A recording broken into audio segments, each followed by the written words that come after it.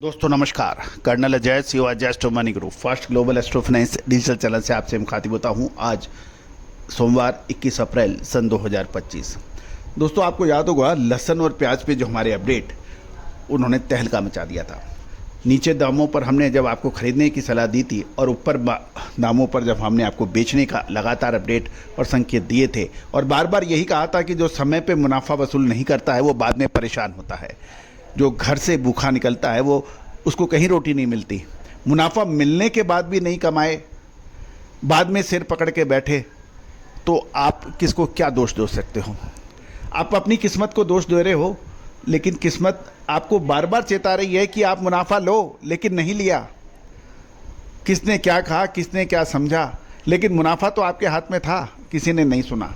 और दोस्तों जो भी प्याज और लहसुन के व्यापारी हैं और जिन्होंने हमारी बात मानी, आज वो सबसे ज़्यादा सुखी हैं।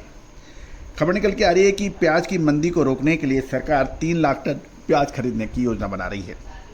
साथ साथ कुछ छोटी खेप मध्य पूर्व यानी मिडिल ईस्ट के देशों में प्याज के निर्यात की खबर मिल रही है। जानिए पूरी रिपोर्ट विस्तार से। दोस्तों कहा जाता है कि प्याज और लहसुन का व्यापार यदि किसी को माफिक आ जाए तो जितना मुनाफा इसमें है वो किसी दूसरे व्यापार में नहीं है। दिखने में बहुत छोटा व्यापार लगता है कि क्या प्याज और लहसुन के व्यापारी हैं, क्या कमाते होंगे, क्या समझते होंगे, लेकिन यदि इन्होंने सही समय पे माल लेके बेच दिया तो उनका मुनाफा कोई कैलकुलेट नहीं कर सकता। प्याज और लहसुन के व्यापारी मेरी इस बात से सहमत जरूर होंगे। दोस्तों क्या आप मेरी इस बात से सहमत है? कमेंट बॉक्स में ज़रूर कमेंट करके बताइए। दोस्तों जानिए पूरी रिपोर्ट विस्तार से। दोस्तों खबर निकल के आ रही है प्याज की कीमतें घटकर नासिक में बात करें तो लगभग 7 रुपये से 10 रुपये प्रति किलो तक पहुंच गई है और किसानों ने अब बड़ा परेशानियां उठा रहे हैं। दूसरी ओर सरकार प्याज की बम्पर की फसल को देखते हुए उपभोक्ता मामलों के मंत्रालय ने मार्च में समाप्त हुए वाले चालू वर्ष के लिए बफर स्टॉक के लिए 3 लाख टन प्याज का खरीद का लक्ष्य निर्धारित किया है। गौरतलब है कि अगले सप्ताह से बफर स्टॉक के लिए प्याज की खरीदारी शुरू हो जाएगी, ऐसी बात सुनने में आ रही है। वर्तमान में केंद्र सरकार की ओर से प्याज के निर्यात पर कोई सब्सिडी नहीं है। पहले प्याज में मिनिमम एक्सपोर्ट प्राइस थी और उसको भी प्याज के दामों में लगातार गिरावट को देखते हुए हटा दी गई थी। बांग्लादेश जो कि प्रमुख भारतीय प्याज का आयातक है, अभी वहाँ कोई निर्यात नहीं हो रहा है। यदि निर्यात व्यापार होगा तो स्थानीय बाजारों को थोड़ी राहत मिल सकती है। दूसरी ओर ऐसी भी कोई परिस्थिति नहीं है कि सरकारी खरीद बहुत बड़ी पैमाने पे हो जाए जिससे बाजार का रुख बदले।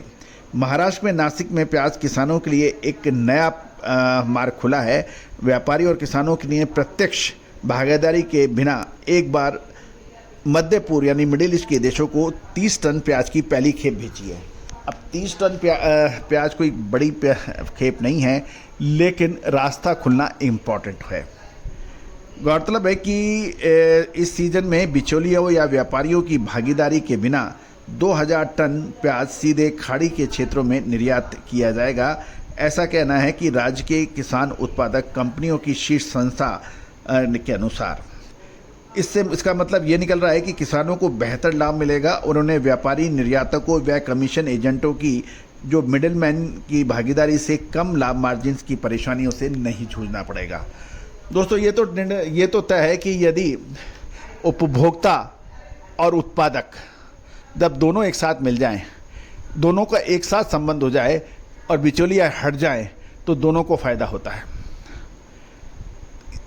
यानी किसान और उपभोक्ता यानी कंज्यूमर इनके बीच में सीधा संबंध हो जाए। यदि किसान अपना माल डायरेक्ट बेचेंगे और उपभोक्ता को माल सीधा किसानों से मिलेंगे तो उनको दोनों के लिए एक राहत की बात है। गौरतलब है कि निर्यात के लिए प्याज का आकार 55 मिलीमीटर से 60 मिलीमीटर के बीच होना आवश्यक है और किसानों को उच्च क्वालिटी वाले प्याज उगाने के लिए बेहतर कृषि तकनीक भी अपनानी पड़ेगी, जिससे उन्हें अच्छी क्वालिटी का प्याज का उत्पादन हो और उसे निर्यात के लिए परेशानियां ना हों। उच्च गुणवत्ता वाले उत्पाद के साथ साथ उचित ग्रेडिंग की सुविधा भी आवश्यकता होती है। इससे लंबी अवधि के व्यापार में मदद मिलेगी।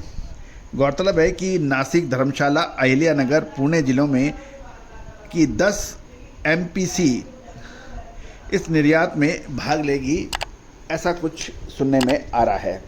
कुल मिलाकर अप्रैल और मई महीना प्याज के लिए महत्वपूर्ण साबित हो सकता है।